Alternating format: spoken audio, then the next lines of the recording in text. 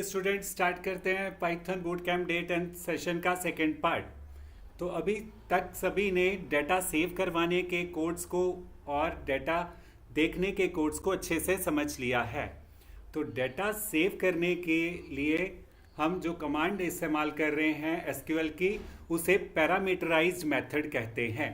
तो अभी तक आपने डाटा सेव करवाने के लिए जो एसक्यूएल की स्टेटमेंट इस्तेमाल की है उसे क्या कहते हैं? उसे पैरामीटराइज्ड एसक्यूएल कमांड कहते हैं।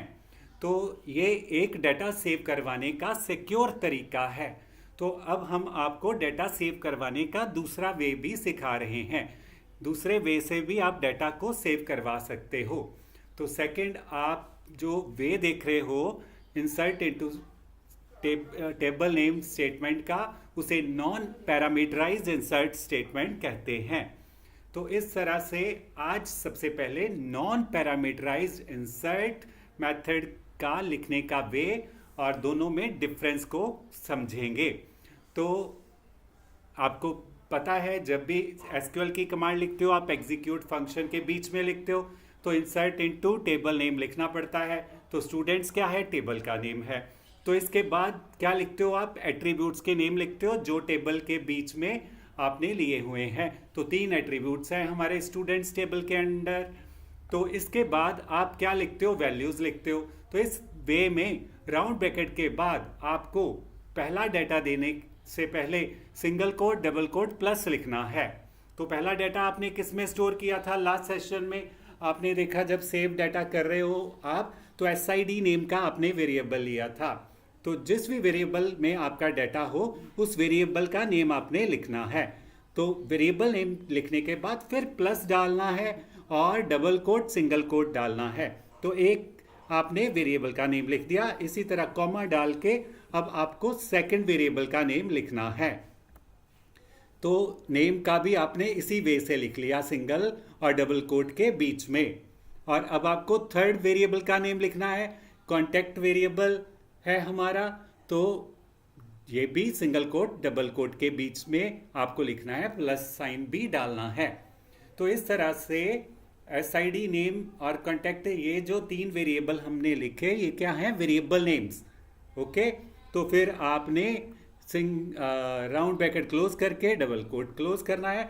तो ये कमांड भी आपकी टेबल में रिकॉर्ड सेव करवाएगी। तो ये कमांड भी आप सेव फंक्शन में लिख सकते हो, बट ये कमांड रिस्की अप्रोच है। ये हमारे टेबल को करप्ट करवा सकती है। हैकर जो है वो इस कमांड का मिसयूज कर सकते हैं। ओके, जबकि जो पैरामीटराइज्ड कमांड आपने पहले सीखी वो एक सिक्योर वे है, उसमें हैकर जो है वो हमारे डाटा को करप्ट नहीं कर सकता, टेबल को हमारे डैमेज नहीं कर सकता। तो इस तरह से ये कमांड का लिखने का आपको वे क्लियर हुआ। तो इसमें मान लो आपने वेब फॉर्म में ये डाटा भरा, आईडी बॉक्स में, नेम बॉक्स में, कॉन्टैक्ट बॉक्स में आपने ये डाटा भरा जो आपका फॉर्म बना हुआ है। और जब आप सेव पे क्लिक करोगे तो ये वैल्यूज जो हैं इन वेरिएबल के बीच में आ जाएंगी। तो और कमांड इस तरह से बन जाएगी आपकी इंसर्ट वाली। तो insert into students, round bracket में आईडी, नेम, कॉन्टैक्ट, और जो वेरिएबल नेम्स हैं सिंगल कोट में लिखे हुए और डबल कोट के, वो आपके वहाँ पे वैल्यू आ जाएंगी। तो पहली एसआईडी की वैल्यू 102 आ गई सिंगल कोट में, फिर नेम वाली वैल्यू आ गई और फिर फ़ोन नंबर वाली वैल्यू आ गई। तो इस तरह से ये कमांड आपकी बन चुकी है। तो ये कमांड क्या करेगी? टेबल में रिकॉर्ड ऐड करेगी। तो टेबल में रिकॉर्ड सक्सेसफुली ऐड हो जाएगा। तो अब डिफरेंस कैसे हैकर इसका मिसयूज कर सकता है ये देखते हैं। तो ये देखो कि फिर अब हैकर ने क्या किया। हैकर ने आपके फॉर्म में कुछ इस तरह से डाटा भरा, 102 नेम भर दिया और फिर कॉन्टेक्ट में उसने क्या किया, फ़ोन नंबर के बाद सिंगल कोट डाल के गोल ब्रैकेट बंद सेमीकोलन लिख दिया, फिर टेबल डिलीट करने वाली कमांड लिख दी। तो हैकर इस तरह से डाटा लिख रहा है। तो जब सेव करेगा तो क्या होगा? तब इंसर्ट कमांड आपकी इस वे में काम करेगी। किस वे में? SID की जगह आपका 102 आ गया, नेम की जगह रॉबर्ट आ गया, और कॉन्टैक्ट की जगह जो कॉन्टैक्ट बॉक्स में भरा है वो सारे का सारा आ गया।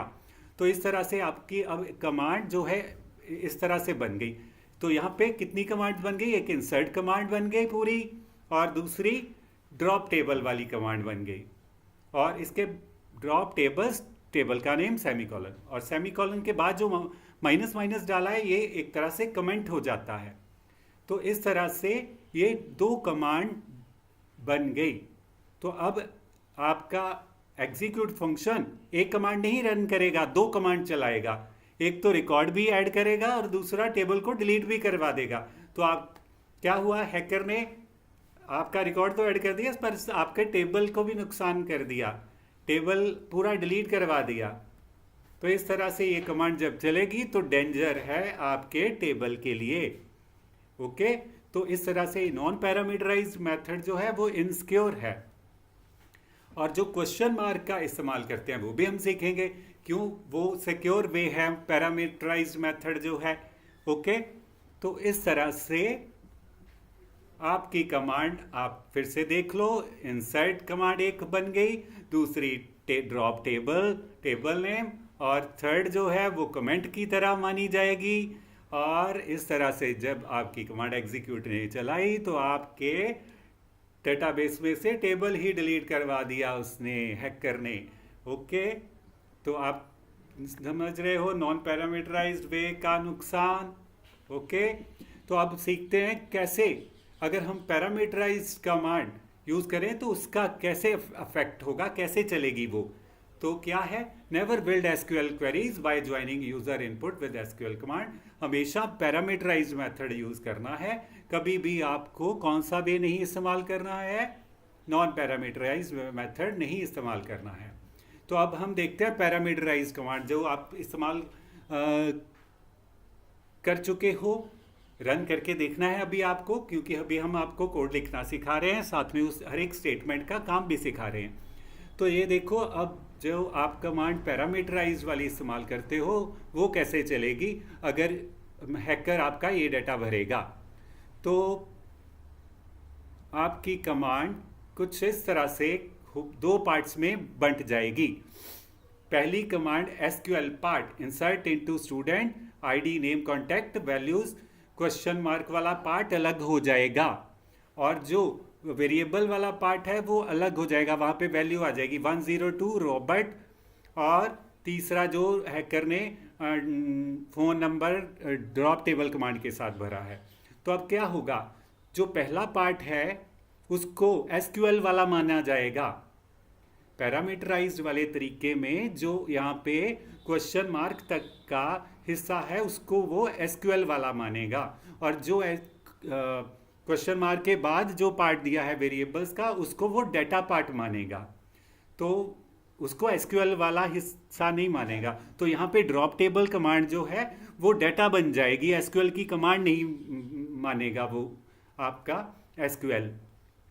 तो इस तरह से जब ये कमांड चलेगी तो क्वेश्चन मार्क की जगह पे आपका भरा हुआ डेटा आ जाएगा। ओके, तो इंसर्ट कमांड जो है वो क्या होगा, वो आपकी टेबल को कोई नुकसान नहीं पहुंचाएगी। ओके, क्यों? क्योंकि डेटा वाला जो पार्ट है वो एसक्यूएल की तरह नहीं चलेगा, वो टेबल में स्टोर हो जाएगा। इस तरह से टेबल में जाके स्टोर हो गया। ड्रॉप कमांड जो है वो एसक्यूएल की कमांड नहीं मानी उसने, क्वेश्चन मार्क वाले पार्ट ने जो आपने ड्रॉप टेबल कमांड लिखी है तीसरे बॉक्स में, उसको उसने डेटा माना, उसको वो कमांड नहीं मानेगा। तो इस तरह से हमारा पूरे का पूरा रिकॉर्ड जो है वो ऐड हो जाएगा टेबल में, और टेबल में ड्रॉप कमांड भी लिखी हुई आ जाएगी, और टेबल को कोई नुकसान नहीं पहुंचेगा। तो इस तरह से आपने देखा कि कैसे पैरामीटराइज्ड वाला वे कैसे सेफ है। ओके, तो इस तरह से क्वेश्चन मार्क जो है वो प्लेस होल्डर का काम करते हैं, ओनली डेटा ले लेते हैं पर उसको एसक्यूएल वाली कमांड नहीं मानने देते। ओके, तो आई होप कि आपको अच्छे से समझ आया होगा। फिर भी कोई डाउट होगा तो ज़रूर पूछें। ओके, तो नॉन पैरामीटराइज्ड और पैरामीटराइज्ड में अब हमने डिफरेंस आपको कर दिया, आपको अच्छे से समझ आ गया कि नॉन पैरामीटराइज्ड रिस्की है, पैरामीटराइज्ड सेफ है। क्वेरी जो है नॉन पैरामीटराइज्ड में जो कोई डेटा वाला पार्ट नहीं है, सारा ही पार्ट एसक्यूएल की कमांड माना जाता है। जबकि पैरामीटराइज्ड वे में दो पार्ट बन जाते हैं, डेटा वाला पार्ट अलग हो जाता है, एसक्यूएल वाला पार्ट अलग हो जाता है। तो इस तरह से जो डेटा वाला पार्ट में जो कुछ भी लिखा है उस सभी को डेटा माना जाता है, उसको कमांड नहीं माना जाता। तो इस तरह से आपने देखा कि कैसे सेफ है पैरामीटराइज्ड वे। तो हमेशा पैरामीटराइज्ड क्वेरी यूज़ करनी है या प्रिपेयर्ड स्टेटमेंट यूज़ करनी है, तो कभी भी नॉन पैरामीटराइज्ड स्टेटमेंट नहीं इस्तेमाल करनी। अब आपने देखा यहाँ पे नया नाम आया पैरामीटराइज्ड स्टेटमेंट, ये क्या है? तो ये भी एक कमांड है जिसके थ्रू हम टेबल में डाटा सेव करवा सकते हैं। तो प्रिपेयर्ड स्टेटमेंट भी सीखेंगे। तो आपको डेवलपर बनने के लिए एक एक छोटे से छोटी चीज़ अच्छे से पता करनी है और अपने माइंड में रखनी है। ओके, सो अब आपको पता चल गया कि क्वेश्चन मार्क का क्या इस्तेमाल है। Okay, so thanks for this session, have a nice time. Channel को सब्सक्राइब ज़रूर करें और चैनल फ्रेंड्स के साथ शेयर भी ज़रूर करें ताकि उनको भी इन सेशंस का बेनिफिट मिल सके। Okay, have a nice time, bye bye.